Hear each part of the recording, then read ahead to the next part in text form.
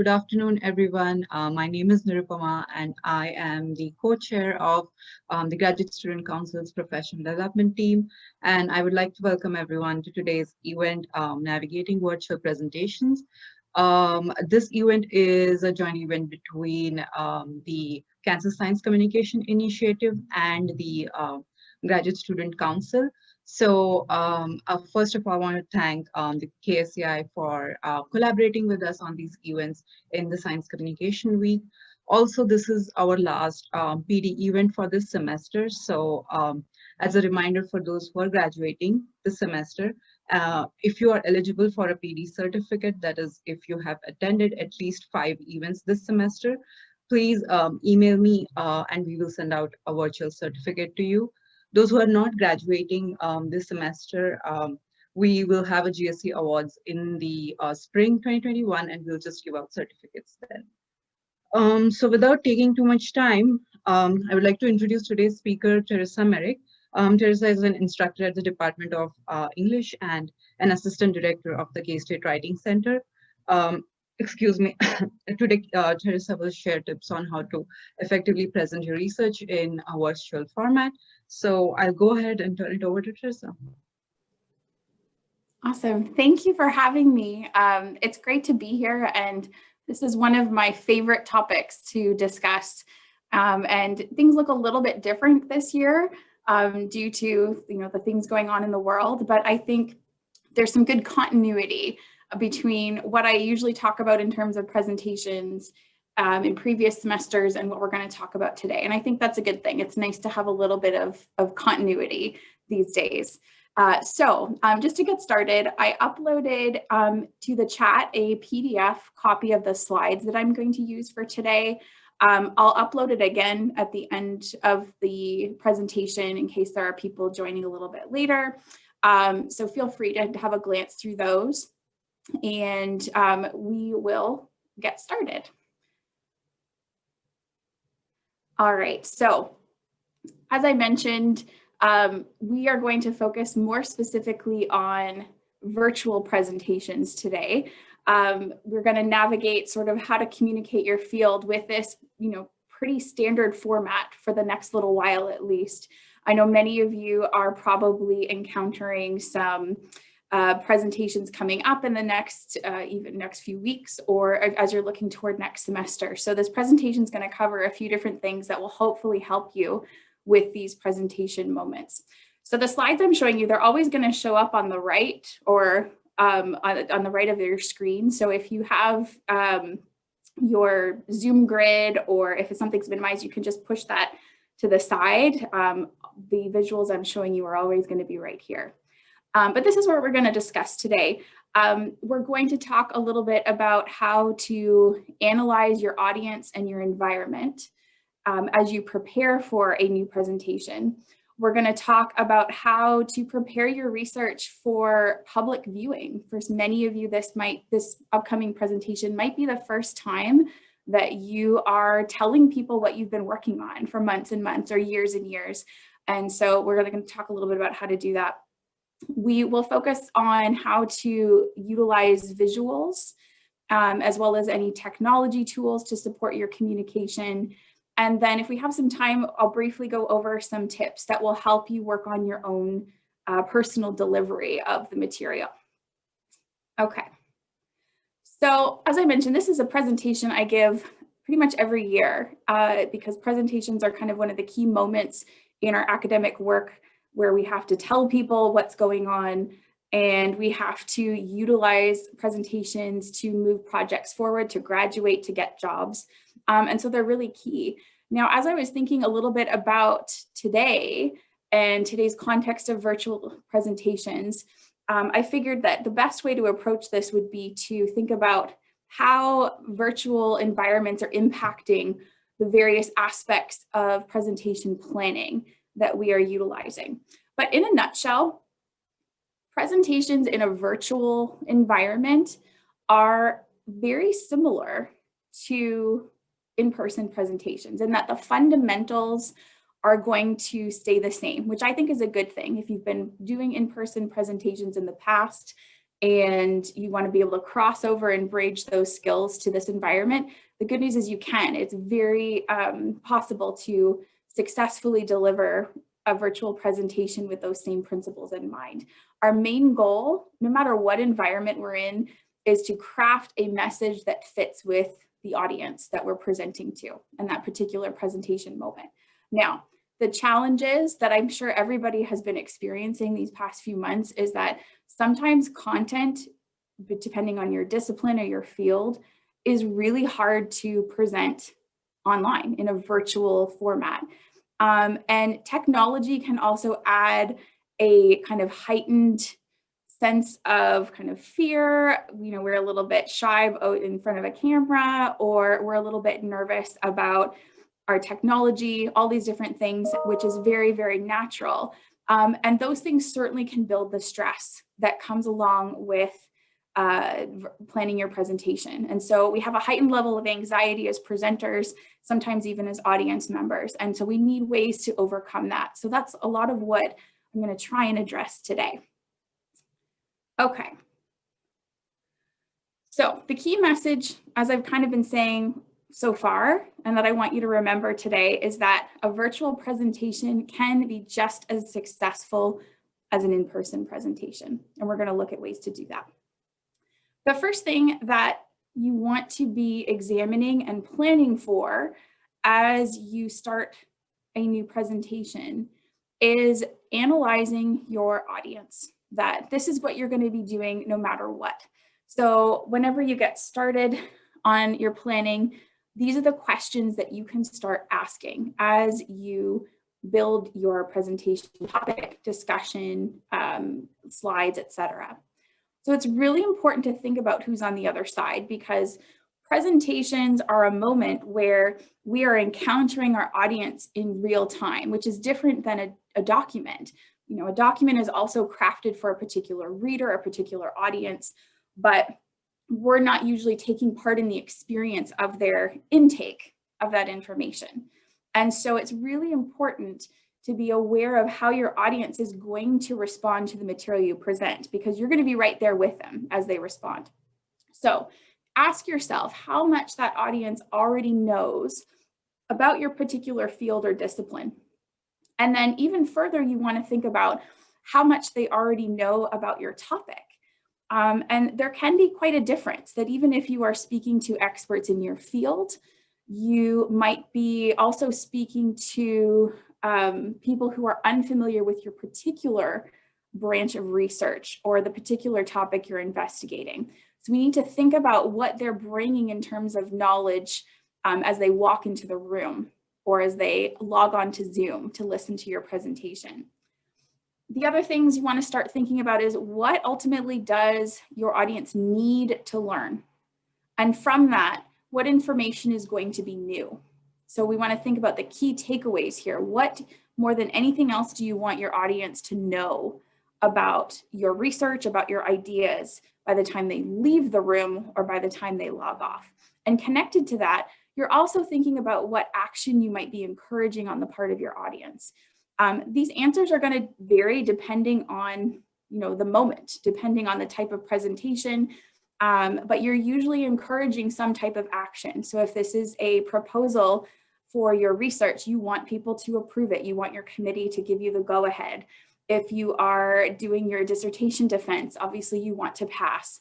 But even in broader research conversations, if you're attending a conference or you're giving a department talk or seminar, there's usually a takeaway. There's something you want people to know, to learn, or to do by the time they're finished listening to you. And it's really important to be aware of what those things are from the get-go. And so these are things that I encourage students I work with to write down and use them to kind of frame their planning of the presentation. Okay. Now, a couple of other things to keep in mind as you analyze your audience is that every field is a little bit different. And so it's important to think a little bit about what the expectations are for your particular field. Sometimes there's little quirks or preferences, typical formats that are expected. And sometimes our virtual environment right now is impacting some of these preferences. And so, for example, My first field of research at the university was English literature. And it's very common for us during conferences and presentations to write a full paper that we read. And so you read it from start to finish as people listen. And that's something that looks a little different and feels a little different in a virtual environment, because if I was sitting here reading a paper, it's just not going to be as effective over Zoom.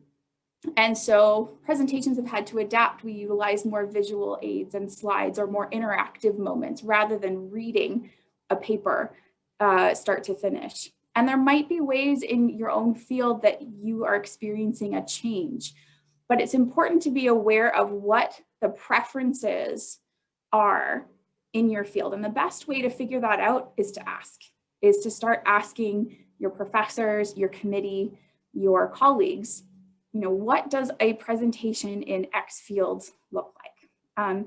You might also have a good sense of this from being an audience member as well. How do people in your field typically present? That's what we want to mimic and what we want to learn, because we want to, take these as models to show us what good presentations look like. And today, I'm guessing there's probably a broad range of preferences, quirks, and styles. Okay, as we're thinking a little bit more about audience, the other thing we want to figure out, and I think has a big impact on our virtual environment, is the way our audience engages naturally in a typical presentation, that there is an interest level that they have as they walk in ready to listen to a particular presenter that differs from how we, as the experts delivering the material, might have an interest in a subject. So I'm going to zoom in here so you can take a closer look. This is just kind of a crude mapping out of how audiences and presenters differ in their interest level. So I'm just using a triangle to demonstrate how knowledge and interest can be very broad. You have kind of a general interest in a particular topic, but you might get more and more focused and interested, and you kind of delve into more specific topics and details. You read a lot about this particular issue. So you as a presenter are kind of really down at the specific level because you've chosen a topic, a research topic that you are really interested in, and you've spent a lot of time thinking about it. You spent a lot of time figuring it out, exploring the literature, and kind of thinking about why that topic matters. Your audience, typically, even people in your field, is a little bit different, that they typically start out with a broader interest in your subject. They're there and they're in the room for a particular reason, but there is a gap between what you are interested in and what your audience is interested in. And this also connects to their knowledge level as they walk into a room too. So we need to keep this in mind. The way that we can account for this difference is to make sure that our messaging stays focused on not every possible thing that we've been doing in our work, but on central themes, findings, conclusions, or impacts of our research. So we're thinking about the really kind of big issues of why our research matters, what our findings mean for the rest of the world, what our research is showing people about our field and about our topic, that is really what audiences want to know. And instead of trying to capture in a 20-minute presentation what you've been doing in your work for the last several months, we really want to keep our focus on the specific details that will matter and maintain our audience's level of interest. Now, the other way that we are going to work on maintaining audience interest is through our visuals, that we want to make sure that they're communicating some really high impact information, they're keeping the audience focused, and they're also reinforcing those key messages so that we can kind of remind them throughout if they lose kind of their space, they space out a little bit while people are talking, because it happens. But keeping in mind that audiences are always more interested in the stuff that's going on in visuals. They tend to kind of pay attention to those things more easily. And so we want to make sure those visuals matter and we can keep our focus from start to finish if possible. Okay, now, as I mentioned, I think the virtual environment is really impacting the way that we engage as presenters and as audience members. We are competing with much more distraction in a virtual world.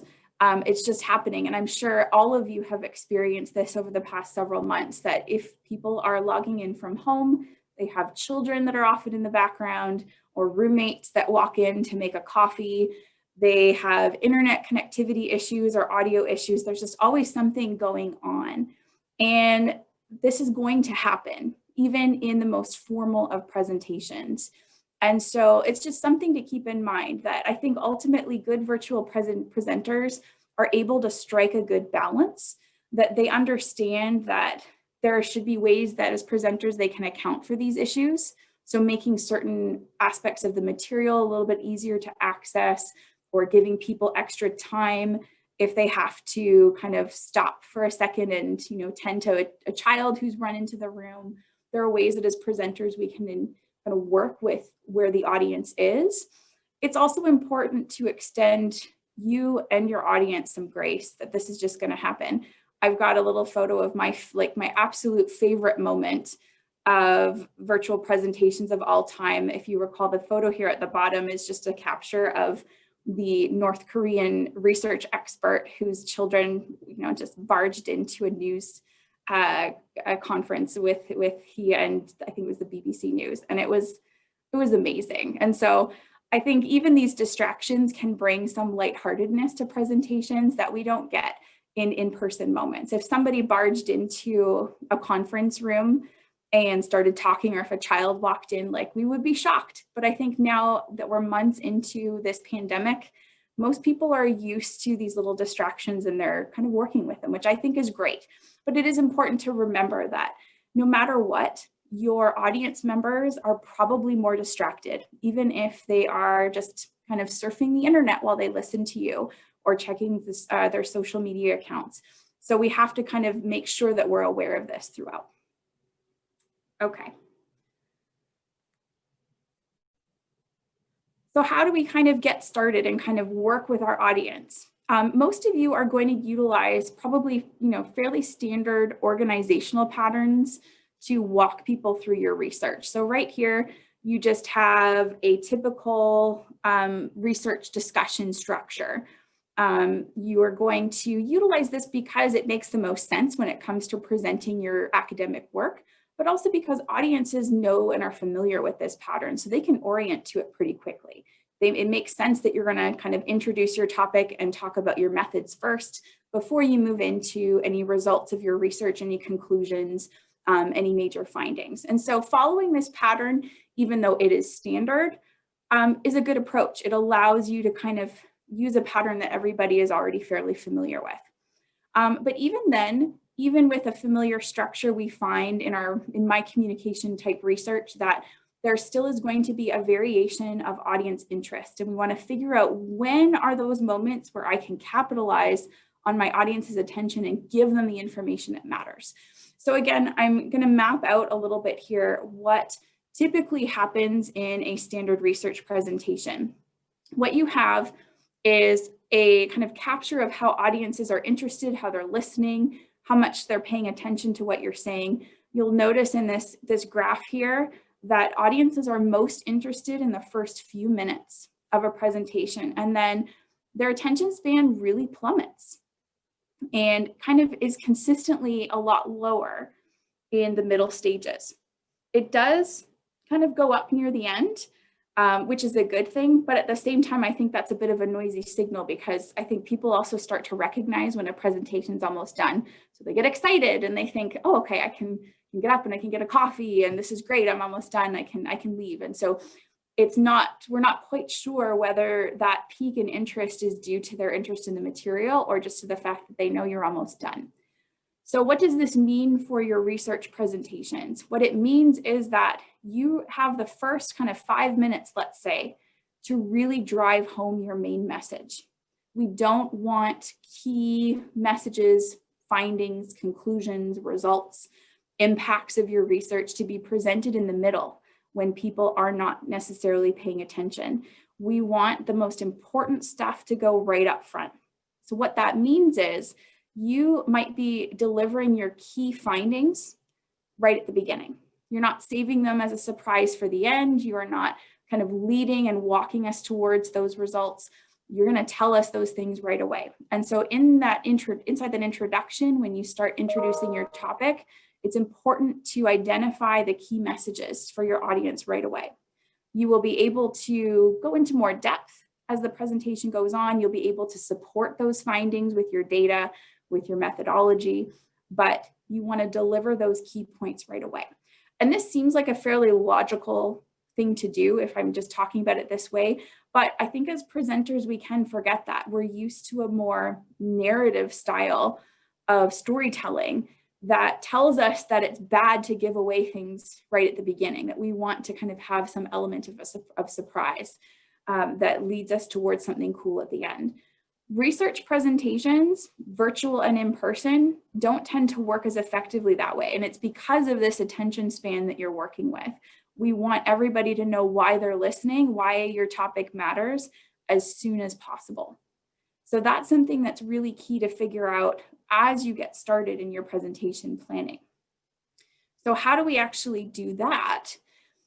How do you actually locate where your presentation message is? These are kind of some questions that you can ask and some strategies you can try. What you're essentially trying to do is locate the so what, the why of your ideas. Why do we care? Why does this topic matter to me, but also to other people? Plan to introduce those things early in the presentation so that you can capitalize on your audience's moments of high interest. And it's really hard sometimes to figure out what those things are when you have months and months and months of research at your disposal. You have hundreds of files, you have, all these documents, all of these articles, trying to figure out what it is that you can capture in that kind of key message can be challenging. And so this slide also shows you a strategy that I highly recommend in your planning process. You give yourself a strict parameter of either time or word count to capture the main focus of your presentation. And so you start off, if you're doing kind of, writing out some notes, capturing your presentation in 3 to 5 sentences. So basically, what are the key findings or significance of your research in 3 to 5 sentences? But then from there, you want to cut it down. See if you can say the exact same things in 1 sentence. And then you can even try in 1 to 3 words. It's really challenging to do this because I've done it myself, that I have so much to say about my research. How can I actually capture it in 1 sentence? But we want key presentation or messages to be this concise. We want to think about how an audience is going to talk about our work when they leave the room. They're not going to talk about it for 20 minutes. They're going to tell somebody, oh, this was really cool because, and they'll kind of state it in a sentence. So you want to be able to figure out what that sentence is going to be. Now, I would like to invite your participation on this for just a little bit. I would like us to give this a bit of a try. All of you, I'm sure, have either research you're working on that you're interested in or maybe an upcoming presentation. I'm going to give you a minute to think about 1 sentence or a phrase that you feel captures the significance of your work. And when you feel you have that, you can type it into the chat. So you don't have to turn on your cameras or unmute or anything like that. I would love to see what your work is all about in 1 sentence or less in the chat. So hopefully we can do this. I know it's Friday afternoon and it's, we're tired, but let's give this a shot. So 1 sentence or less, tell me about your research, and when you're ready, you can put it into the chat.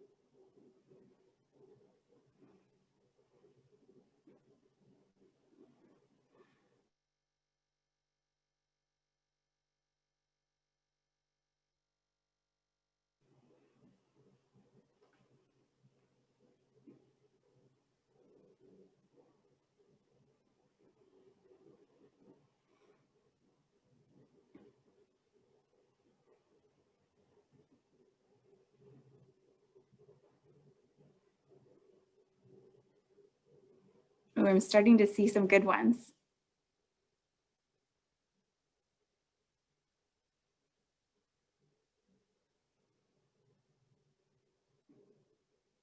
Give you a little bit more time. This is hard, but I think it's important to also kind of force your thinking into a very short time span because it allows your brain just to kind of think about the essentials.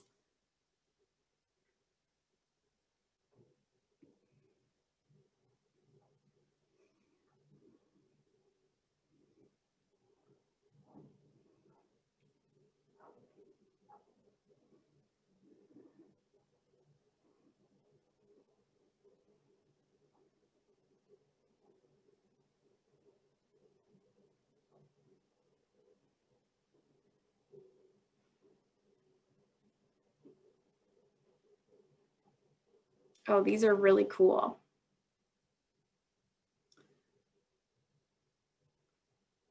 I'll give you a couple more seconds just to, for anybody who's wanting to add to the chat here.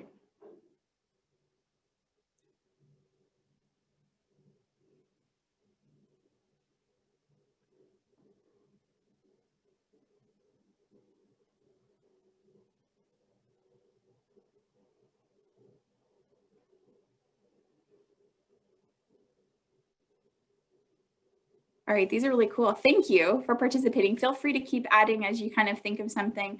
What I love and what I'm seeing in some of these examples here is that we are able to kind of capture really complex topics in a small amount of space, which is always really challenging. I think the other key to making these impact statements really impactful is to also consider the ways that we can turn these little pitches, because it's kind of an elevator pitch for our work, is to really focus in on significance, like why does this matter? And so that focuses some of our phrasing away from the descriptive elements of our work, so describing our topic, and more towards verbs, action, sort of why this is important to the rest of the world or the rest of our field or discipline. So something to keep in mind, these messages are usually really impactful because they reach out directly to our audience and tell us, why our work matters. But this is a strategy I think is really important to try at the beginning stages of a presentation so we don't get off track, so we're not overwhelmed trying to come up with a really, really exhaustive rundown of everything that we have researched. A presentation is focused on key messages, and this strategy can usually help us figure that out. Okay, before I move on, I'm going to upload a copy of the slides again, just for those I see somebody asking above. I'll also add them at the end, but just in case you're wanting to follow along as we go. I know sometimes the writing on my slides can be a little bit fuzzy. There we go. Okay. I'm going to move on here. We're going to talk now that we have a sense of kind of the fundamental messaging of our presentations into the tools that we utilize to get that message across. So I'm going to have some conversations here about how our visuals are going to help us with this, and then how our speaking environment can both enhance and kind of distract during these presentation moments. And again, particularly in the virtual presentation environment. So make sure, first of all, that you are factoring these elements into your planning throughout, rather than thinking about them as separate components that come later in your presentation. And so, for example, we think about our speaking environment as something that happens in the moment of the presentation, but we also want to consider it during the planning phase so that we can account for the room size, the audience, the number of people who participate online, the number of kind of moments where we might need to be interacting rather than just delivering content. These are things we want to prepare for ahead of time and not just have happen to us when we show up for a presentation day. Visuals are the same. And I'm kind of guilty of this particular issue myself, in that a lot of times I will put off designing my slides until very, very close to a presentation. They're kind of the last thing I put together. But I think good presenters are better at bringing visuals into the early stages of planning so that they can work alongside the message building that you're doing in the earlier stages of the process. And so I think the more you can get into the habit of crafting your visuals while you craft your message, I think the better presentations plan to be. Now, let's talk in particular first about visual aids, particularly in virtual presentations, because they tend to work a little bit differently in our current moment. I have another question I'd like you to think about, and feel free to include your responses in the chat. We have all been virtual audience members for, I'm realizing it's been 9 months since we first started kind of moving into the online moment. And so I think we've all got some good perspective now about what works and what doesn't. And so I would love to hear from you, in your experience as an audience member, what visuals or virtual formats have been working well in these online presentations you're participating in? And then speaking to the opposite, what is not working well? What are you finding you struggle with, or that you see as a challenge that needs to be overcome in virtual presentations? Feel free to respond to one or the other or both, but I would love to see your comments on this inside our chat if you would. So I'm going to put this up front just so you can see, and give you a minute just to consider some responses.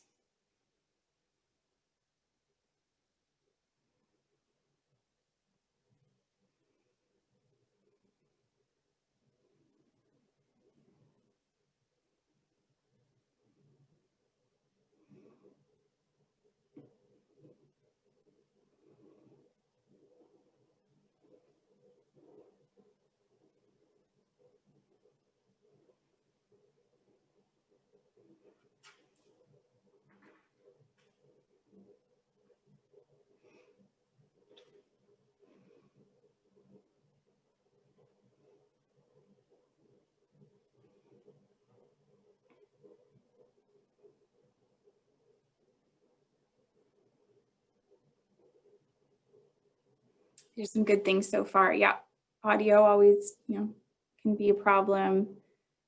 I do love interaction of some sort.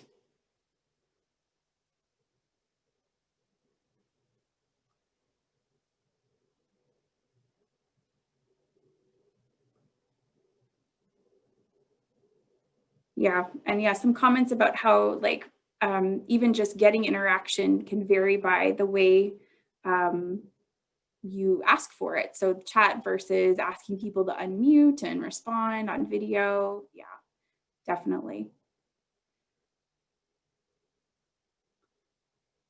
Awesome. Thank you for some of these comments.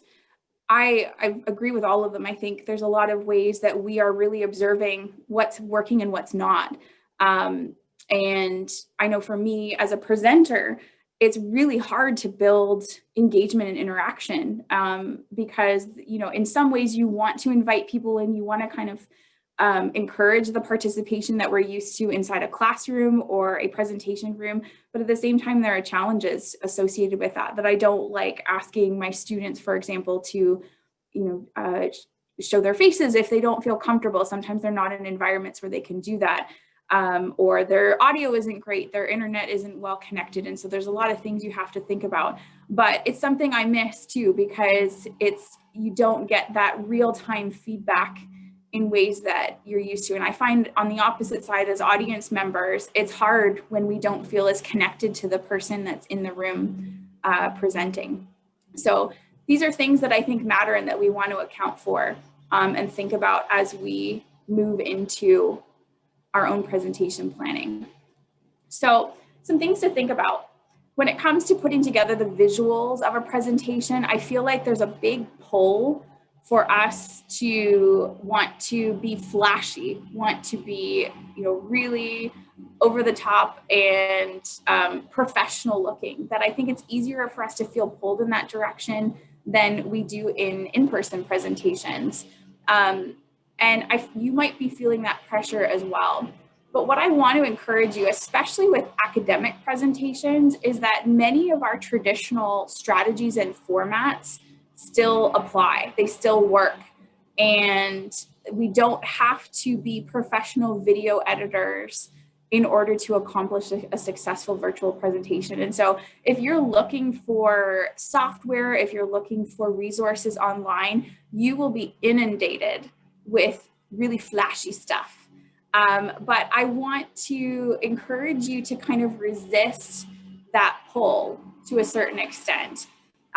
You still want your visuals to be focused on helping your audience remember your message. And many of the traditional formats and the things that we're currently using are working. And so we'll keep that in mind. And that's why my presentation today is going to focus on simple strategies that can work for visuals rather than an overview of the really cool software tools and stuff that you could possibly utilize. I apologize. Somebody is cutting the grass right outside my window. Here is an example of a virtual presentation. I think they're almost done, but if the sound continues, I will step into another room. So I apologize for that. So first, I want to cover things that I always cover when it comes to presentation slides, because the same rules still apply in a lot of ways. I'm going to zoom in here so you can see some of the details. It's important to always design your slides and plan around that take-home message, that key kind of sentence that demonstrates the significance of your work. Make sure that the slides are there to enhance that and to reinforce it throughout the presentation. And so you would want it to introduce that message right at the beginning when your audience is very interested. Make sure it's on the slides as you're talking about it. Remind them of that message somewhere in the middle as needed, and reinforce the message at the end. That these are the key things that you want to show up on your slides, not just details or descriptive elements of your work. You want messaging and key moments to be on your slides too. The other thing you want to keep in mind is that slides are really supposed to be there for the audience. They're not for you. As in, they are not slides that are meant to be utilized as note cards for your talk. This is something I am guilty of myself if I feel unprepared. I have left my slides until the last minute, or if I don't feel comfortable with my presentation topic, I typically just build my conversation and I throw it on my slides. But I'm undermining the real purpose of the slides by doing that.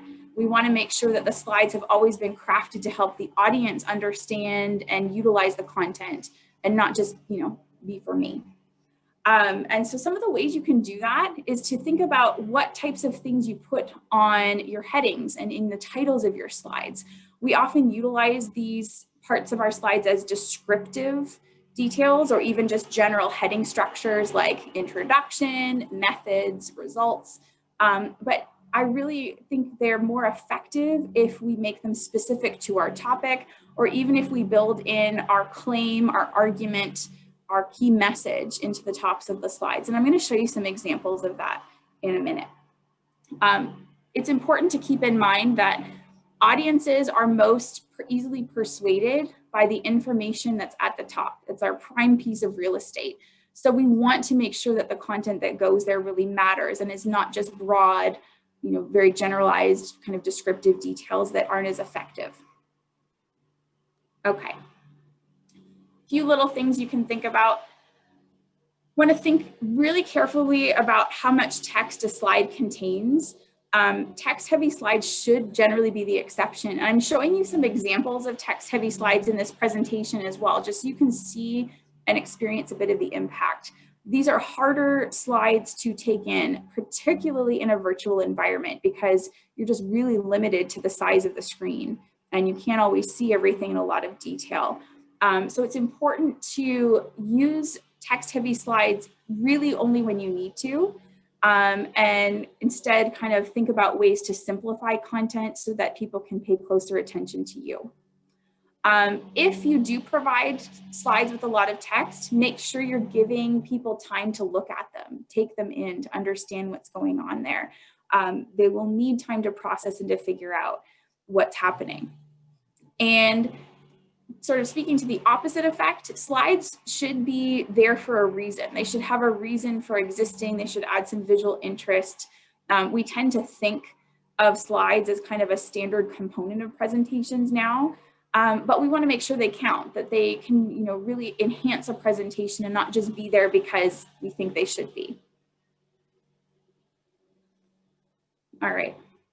So now that we have some kind of general tips and tricks, I wanted to show you some examples. Especially in virtual presentation formats, you know, I think most people are utilizing screen share to show people slides, to kind of walk through slides. In that particular format where a screen share basically is focusing really intensely on a slide rather than on a speaker, the speaker is kind of off in a little box in the corner, these really become a focus. Because they are the key focus, they take on a lot of power. And so here's an example of a slide. It's a pretty famous one, just to kind of show you how that can be really, really overwhelming to an audience. So here you go. I'm just going to let you take it in for a second. And I'll zoom in so you can take a closer look.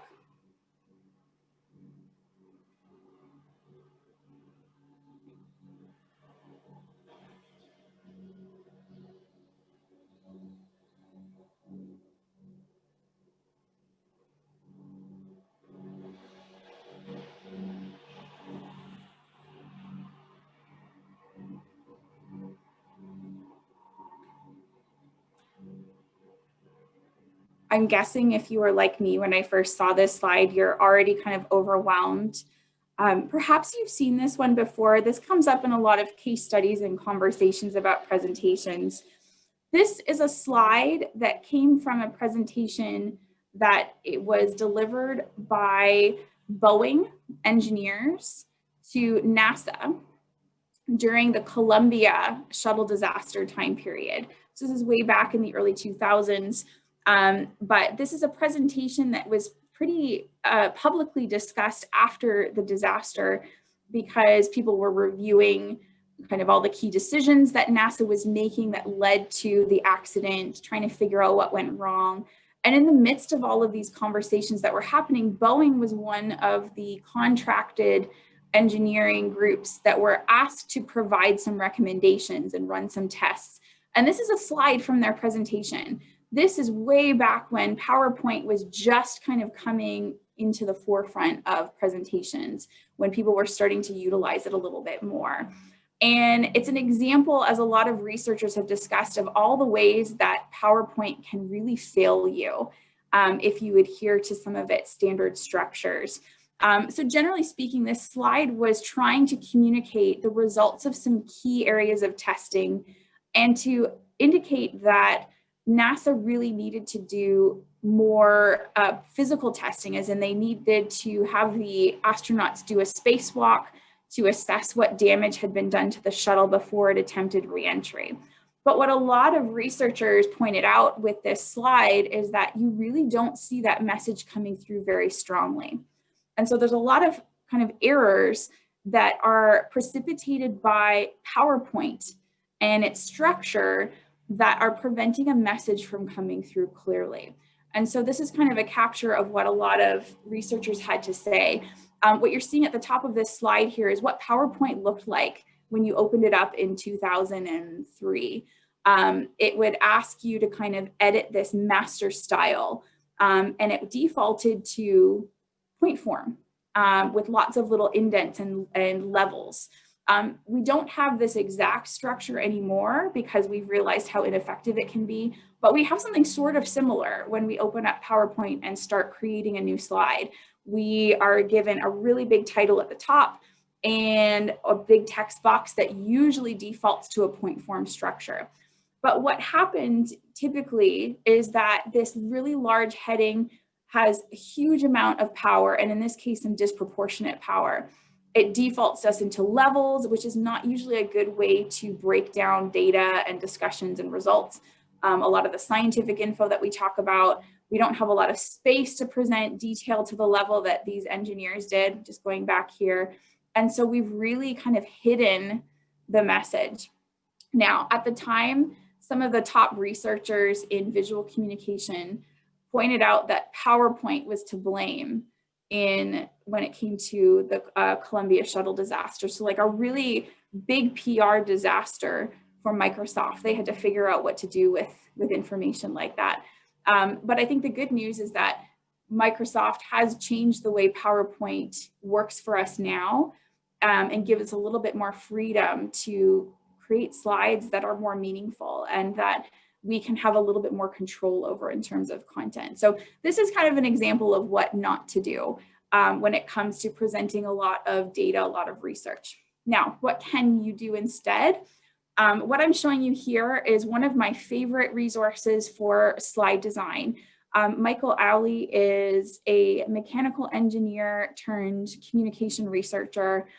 He works out of Penn State, and he has a whole bunch of resources online that talk about presentation slides utilizing a particular style that he calls the assertion evidence structure. And so what he tries to focus on is building slides that allow those key messages to come through really clearly. And instead of kind of defaulting to bulleted lists of text, instead you try and focus in on key visuals, things that can help you to learn the content. So here is an example of this style, just to kind of show you what that looks like. So you'll see it's a lot simpler. There is not a lot of text. There is a visual that is appealing and interesting to take a closer look at. But you'll notice that at the top of the slide, you have a full phrase assertion or claim that is being made about the research. And so we know kind of right away from the slides, without having to get into a ton of detail, why the presenter wants us to look at this bit of data, why they want us to look at this chart, and what they want us to take away from it as audience members.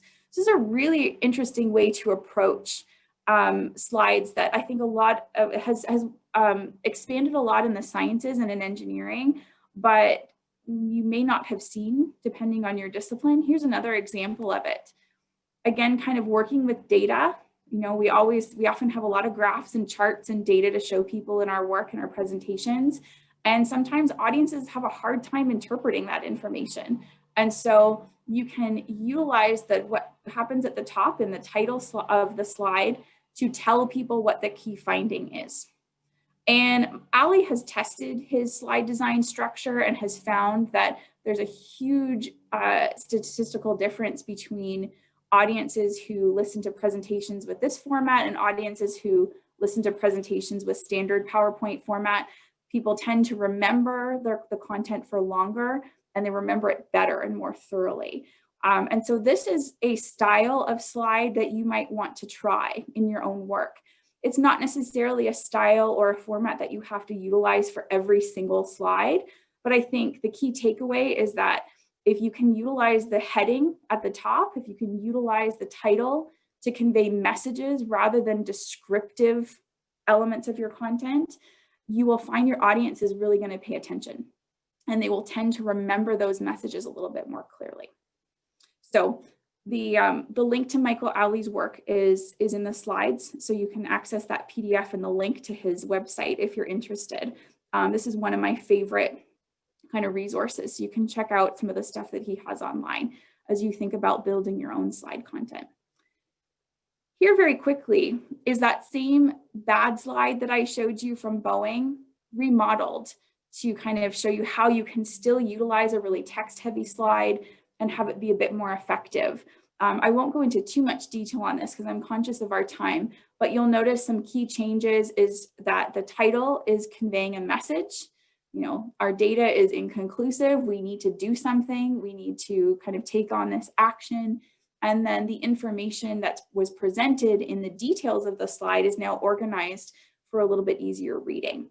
So there are ways you can still utilize text-heavy slides, but the key is to the change that makes it better, I think, is what you do with the title at the top, and then how you orient people to the data and the findings in the remainder of the slide. Okay, thank you for sticking with me. I've got a few more things to talk about before we can open up the conversation to a few questions. Again, kind of thinking about software options in our virtual moment right now, you really want to aim for presentations that are compatible with Zoom more than anything else. That tends to be what we're utilizing, although things like Google Classroom, Microsoft Teams are other places where We are giving presentations virtually. And so we want to make sure that whatever we're choosing is going to work in those moments. Our asynchronous presentations are a bit more flexible in that what that means is sometimes you are recording a presentation and delivering it as a file to somebody who will view it later. Those options, though, are really overwhelming. I know in the summer, as I was trying to figure out my options as an instructor for my online classes, that I very quickly just got really scared by all the potential things that I could do when it came to crafting presentation videos. And so try not to feel kind of overwhelmed. I feel returning to some of the basics that work is really, really helpful and works in an academic context. And so PowerPoint is going to be probably your go-to standard, most common option for presentations. And PowerPoint is really good for your synchronous presentations where you can screen share, but also for asynchronous ones. So I have been utilizing PowerPoint's record slideshow feature. And so it's the built-in feature inside PowerPoint where you can record a voiceover or even a video of you talking through your work.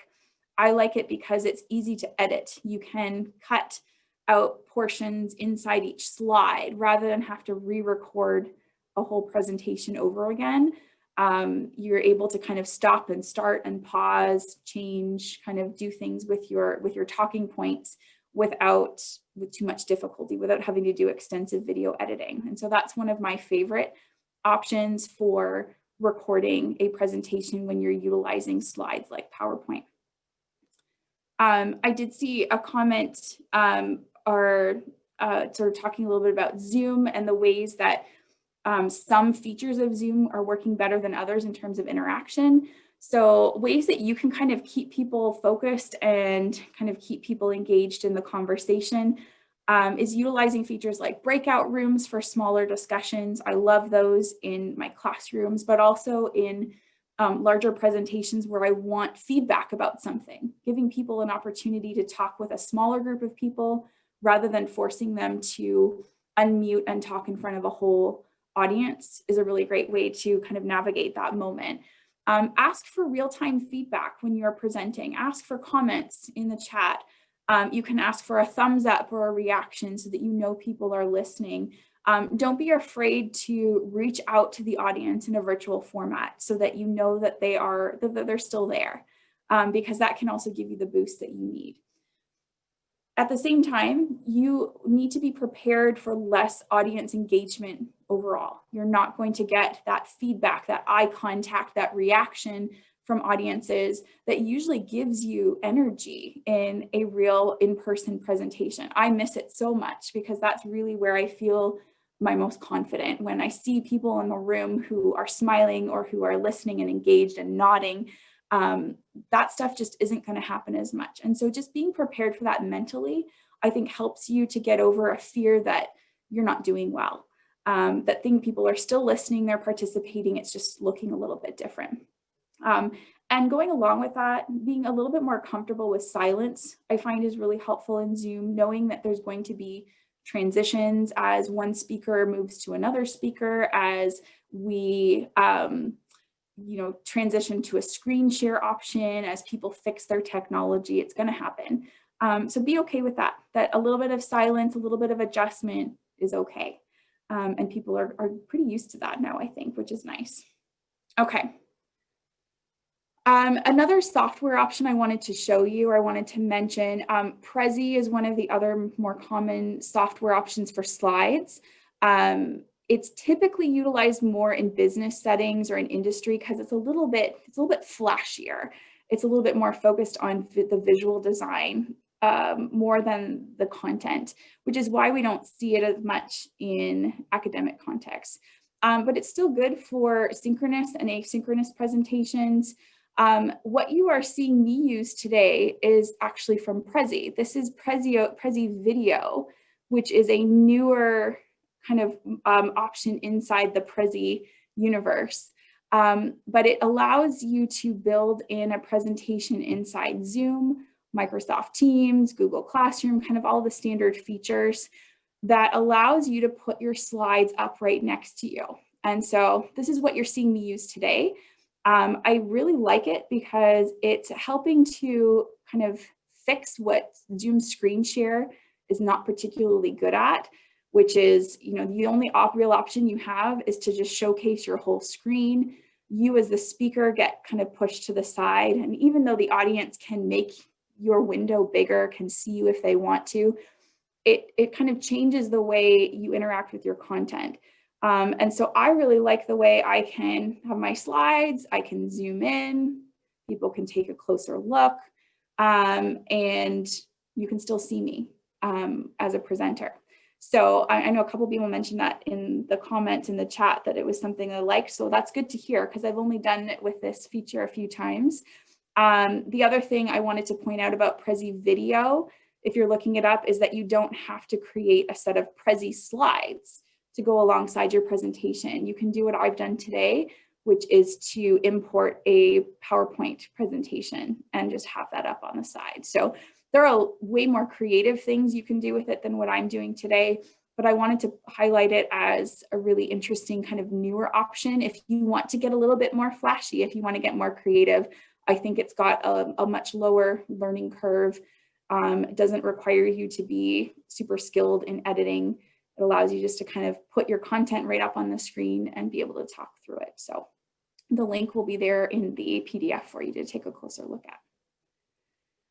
All right, I am getting close to the end of our time and I don't want to go over, but I will highlight just a few things in these last slides as we wrap up for today, that then the remainder of our presentation planning is focusing on you and figuring out what's going to work best for you as a presenter to be effective. And these are often the components of planning that make us the most nervous.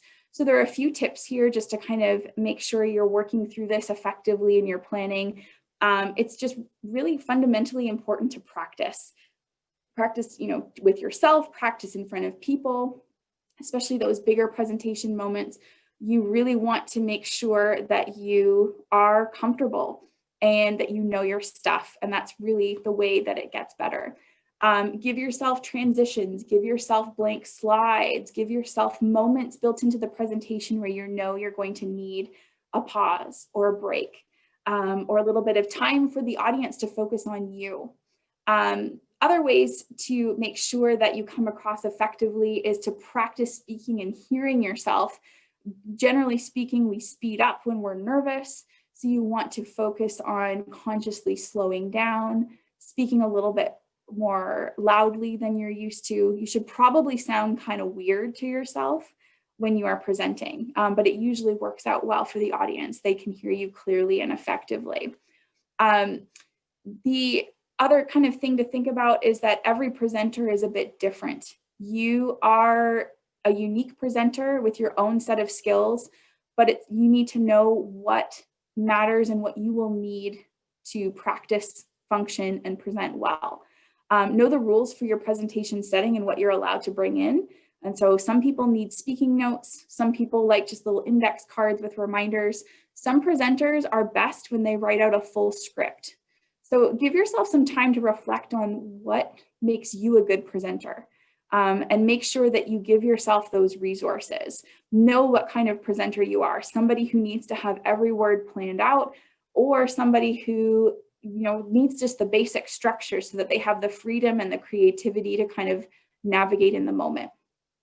The last thing I want to talk about here is that the worst thing you can do, and I'm just about to do it, is go over time. Make sure you have practice, you have plans to account for what to do if you are running out of time. A lot of panicked presenters just start rushing and try and deliver the same amount of content just a lot quicker. You really want to instead plan for ways to cut down, ways to kind of reduce your content in the final moments so that you are respectful of people's time and don't go over the allotment that you have. So with that in mind, I'm actually going to very briefly just highlight that I have a last little bit of suggestions you can refer to later that can help you with, basically as a checklist for virtual presentations. Make sure you kind of go through these things and plan for them in your Zoom presentation so that you feel confident, you feel comfortable, and you're accounting for any challenges that might come up. That concludes my presentation for today. So key message, a lot is the same with virtual presentations, and I think that's a good thing. You can utilize the skills that you have built in the past, bring them forward and deliver presentations effectively. I think we're all a little bit more comfortable with virtual settings than we used to be 9 months ago, and so we can capitalize on that so all of your presentations can be very successful. Thank you very much for listening today and for participating and showing up. I'm happy to stick around for some questions, but if you are, ready to head out for the rest of your afternoon, you are welcome to do so. Thank you. Thank you, Theresa, for this amazing presentation and for sharing all these great tips with us. If people have questions, you can use the chat function and we can read out the question for you. Awesome. And right now I'm just uploading a copy of the slides again. So you have them.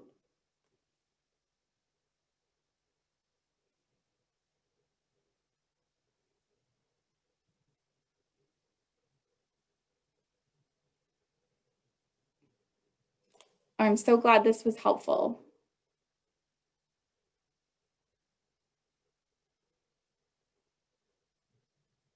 And in case anybody's trying to think of a question or is working on typing it out, just a reminder too that the Writing Center here on campus is still open in a virtual setting. We have online appointments, and here I'll put up our info right here for you. If you would like to talk presentations, we do that as well. Our consultants are all trained in presentation planning. They can listen to you practice. They can help you kind of navigate your messaging. And we have appointments that are asynchronous and synchronous depending on your preference. So our website where you can book things is there if you'd like more info. And yeah, we'd be happy to talk with you about your presentations this semester or next semester. I'm seeing a question about getting slides emailed. Is that something I guess I wouldn't have access to the email. So is that something that's possible? Yeah, I can do that. Okay. Awesome.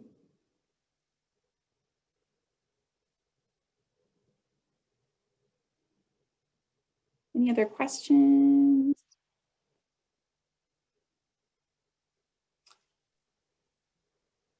Awesome.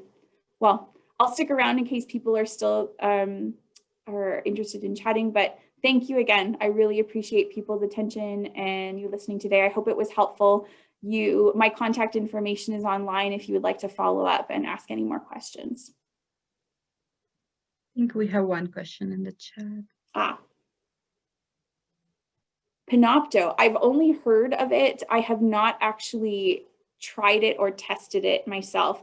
I'm always interested in exploring options that could be better than Prezi because Prezi is actually not something I typically enjoy. I've just happened to really love their new video feature. That's something I will look into. If anybody has tried it and has some feedback, I'd really be interested in it. I've heard the same thing though, that it overcomes some of the challenges of Prezi, which is a little bit more like motion oriented, a little bit flashier. So it's probably worth a shot. There are no more questions. I think I'd like to thank you, Theresa, for accepting our invitation, for joining us here today, and for everyone else for participating in today's event. Thank you. Thank you.